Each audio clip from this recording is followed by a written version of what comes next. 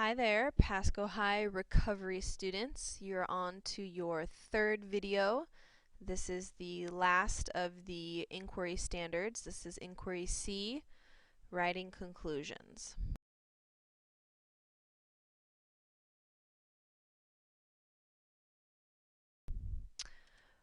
Okay, so now that we've completed the procedure, you've done the procedure, you've run the experiment, it's now time to reflect on the data you've gathered and write a conclusion. So, when you write a conclusion, there are some required parts that must be identified in order to score proficient. So, there are a few parts. Let's break them down. Okay, part one, the first sentence of your conclusion is where you need to state the investigative question. Okay, so it's kind of like your thesis whenever you're writing an English paper. You need to say what the question was that you're testing. Next part is to answer the investigative question. So what did you see happen? Okay, so part two is where you're answering your own investigative question. Third part of the conclusion is where you need to identify the data for your highest manipulated variable. So in this experiment with the water on the lawn, that would be the most amount of water that you water the lawn with. Okay, that's your highest condition of change. And then you also need to state the data for your lowest condition of change. So that would be the lowest amount of water that we water the lawn with. Okay, part four. Once you've stated your high and low data, the next step is to identify the difference between the high and the low. Okay, so what you do is you take the highest data result, right, your highest manipulated variable condition, and then from that you'll subtract the lowest amount. Okay, so you'll either be seeing an increase or a decrease. Part 5 is now to provide some sort of scientific explanation for the results that you found.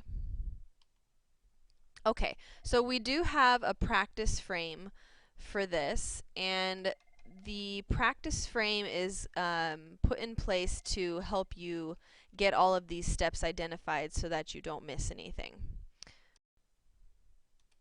Okay, let's take a look at the frame, and it's the same one that you have on your worksheet in front of you.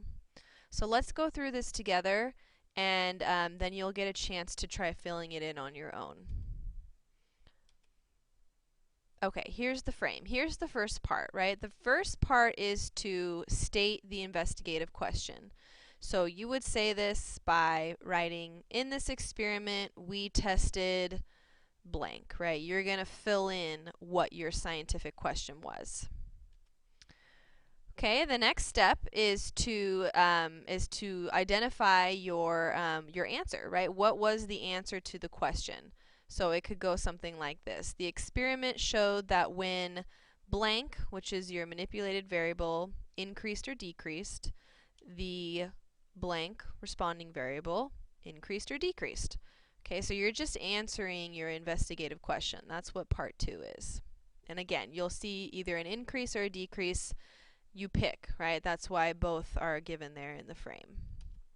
Okay, the next part of the conclusion is to state that high and low data, right? So when the manipulated variable was the highest, right? So for us, it would have been when the amount of water was 45 minutes a day. The number of green blades was whatever there is there in your data table. Okay, so that's the high data. Then you need to do the same thing but for the low data. So the next sentence would be, however, when the lowest amount of water was tested, you need to identify how many green blades of grass were in your data table for the lowest manipulated variable. Okay, so you've given your high and low data. Now it is time to identify the difference. Okay, what is the difference between that high and low data? So again, you fill in the blank and you're either choosing an increase or a decrease. It just depends on what your data is. So you would start it out when we increase the amount of water by however much you increased, right? So our data table would be by 30 minutes. The number of green blades, again, either increased or decreased by however much, whatever the difference was between that high and low. Okay? All right, the very last part of the conclusion is to give some sort of an explanation, right? You've identified the question, you've answered the question, you said what the high and low data was, you told us what the difference was between the two, either you saw an increase or a decrease. So now it's why. Why did this happen? Why do you think? Why do you think there was more or less number of green blades counted in the circle? Okay, so this is your own explanation of what you think happened. Okay, moving on. Okay, so here we have a sample data table. Okay, we've got a sample data table that could be the data, could be the results from the lab. So using the data table below, you're going to write a conclusion. Okay, but you're going to use the practice frame to do this. So the practice frame that you have in front of you, the worksheet that you have in front of you, you're going to start filling it in. Okay, so when you're doing this, make sure that you are following those steps and that you're reading and you're looking for the clues. It's telling you what you need to fill in. Okay?